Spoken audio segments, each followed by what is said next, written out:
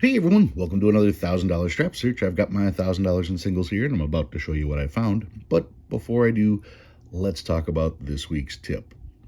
Now, stars are always a huge topic of conversation, and with them being no longer printed, people are always wondering about values and stuff like that.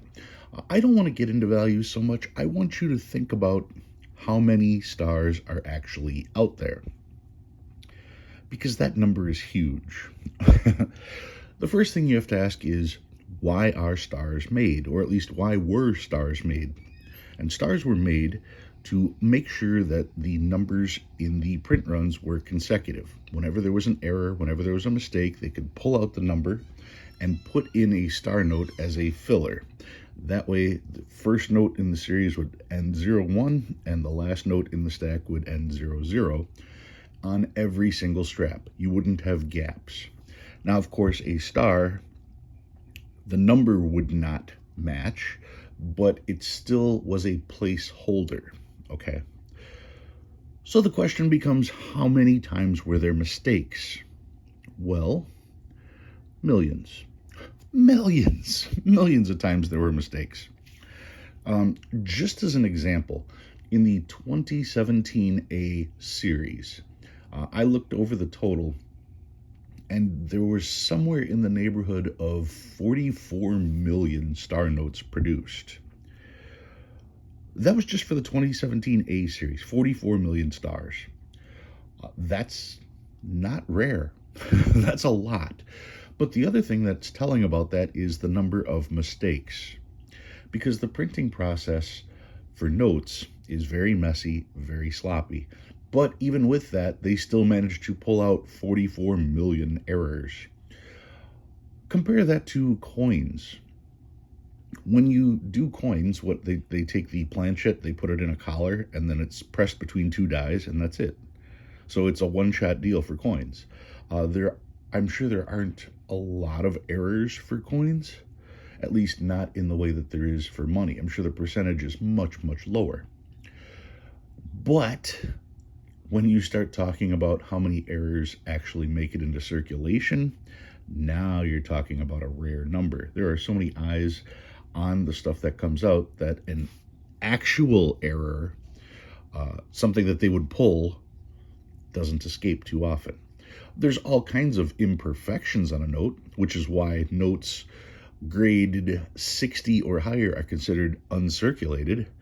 But there is such a huge difference between a 60 and a 70, whether it be centering or things like that, the type of print, how well the print is done, the alignment, the borders, all of those are judgments as to whether or not the note is perfect.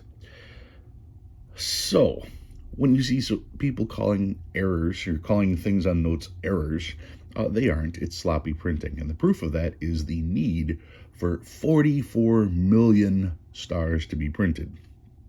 So keep that in mind. There are literally billions of star notes floating around, and there are many, many more notes than that with minor imperfections, whether they be slightly off center, slightly misaligned. If it wasn't bad enough for the BEP to pull it, and they pulled 44 million of them, then it's not an error. All right, so let's get these out of the way and take a look at what I found this week. Starting off, found a Where's George, or 2, or 3, all from the same person. I will log them, even though it doesn't count, because you can only do 20 per person, and I've already hit my limit on this particular person because they're local, and that's to be expected. Then let's see, what do we got here? 5, 6, 5, 9, 5, 8, 5, 4. It's an alternator, 5 every other digit. It's in rough shape, probably going to go away. Some trinaries. I save trinaries trying to match serial numbers. I do not save trinaries because they're worth anything. And I don't even claim that if I match serial numbers that those are worth anything. I find that neat, and that's why I collect them. You don't have to collect things because they are worth money. You can collect things because they're neat. Do not spend good money on stuff that you find neat. You'll be able to find it yourself. If it was rare, it would be hard to find. If it's easy to find, like a trinary, don't spend money on it. Another one, this is 4s, 5s, and 7s. Here's quads, quad fours again, some stars, 2021, and check to see if your stars are filled, because that would be an error.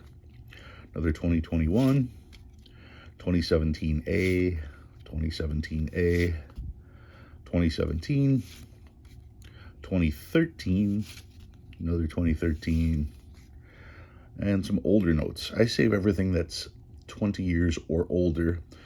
And the 2003, both the 2003 and the 2003A were heavily printed, so you see a lot of those. I probably shouldn't save them with as many as there are. I only save the better ones, but I pull all of them just to show how many are available. And remember, these are my finds out of 1,000 notes, so it may seem like a lot when you're looking at this, but it's out of 1,000. So here's a 2003A, 2003A rough shape. Another one, slightly better, 2003A in rough shape, 2003A, 2003A, 2003, a little more scarce, 2003, 2003, 1999, really rough shape on that one, 1995, checking to see if it's a web note. It is not. Someone gave a little mustache there to George. Another 95, sans mustache. 1985, really crisp on this note for as old as it is. Too bad it's got a partial bank teller stamp there. A 1969A, that's kind of rare, and it's from Minneapolis. That's always good to find. And the note that I found that I decided to put in a sleeve, I found a radar, 69622696. It reads the same forward and back, 696, and then 2 in the middle. These go for $20 to $40. This is actually something that you can find in circulation that is worth money, worth something over face value. So yes, they can be found. I found another one. About every 10,000 notes you can find one of these. So they are fairly rare. That's what makes them worth money. When you find something rare, that's worth money. All right, so what did I pull up this week? I got a star. As you can see right here, it is from the series of 1928, and I don't have to zoom in to show you that because you can see right here, it has the numeral instead of the letter. Normally, this would have an L, you know that because of the serial number, but in the 1928 series, they used a numeral to describe the Federal Reserve.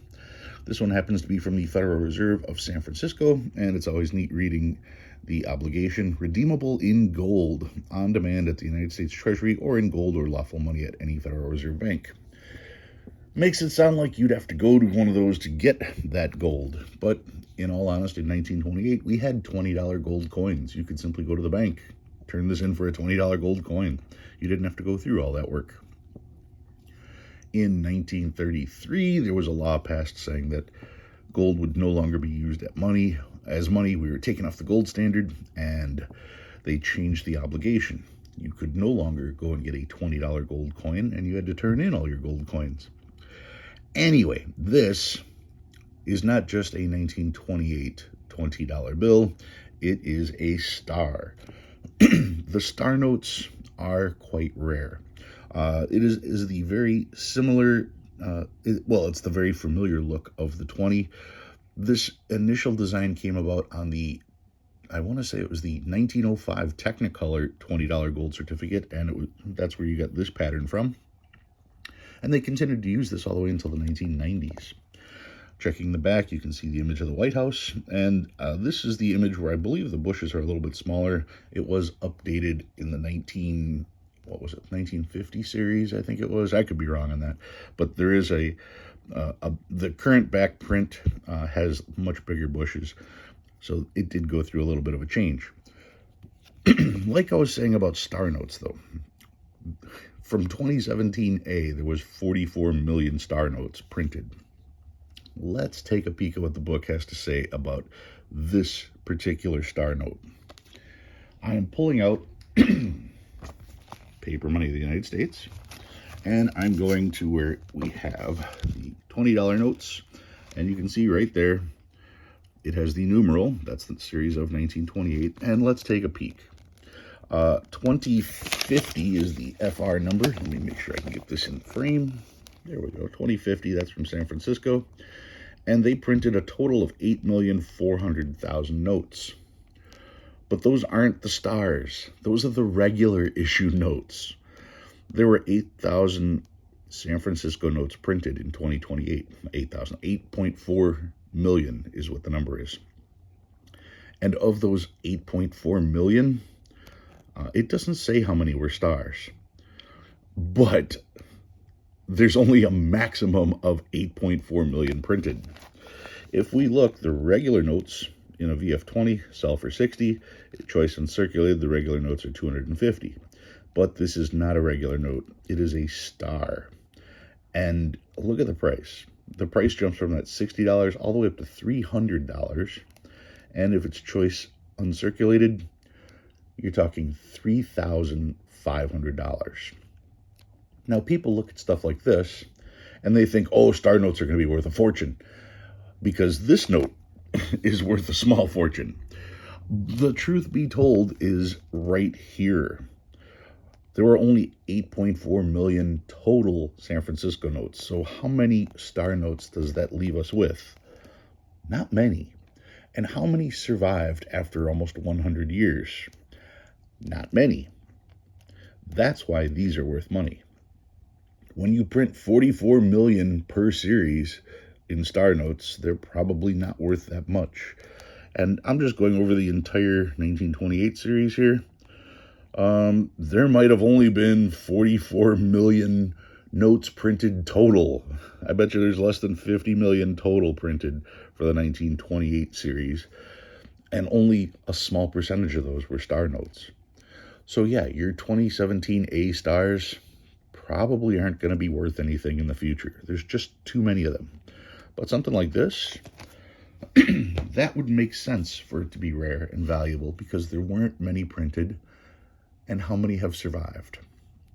Anyway, that's what I got for you guys this week. A 1928 $20 star note. If you learned anything new, go ahead and hit that like button. If you like what you see and you want to see more, please subscribe. Love reading all your comments. Guys, thanks for watching. I'll see you next time.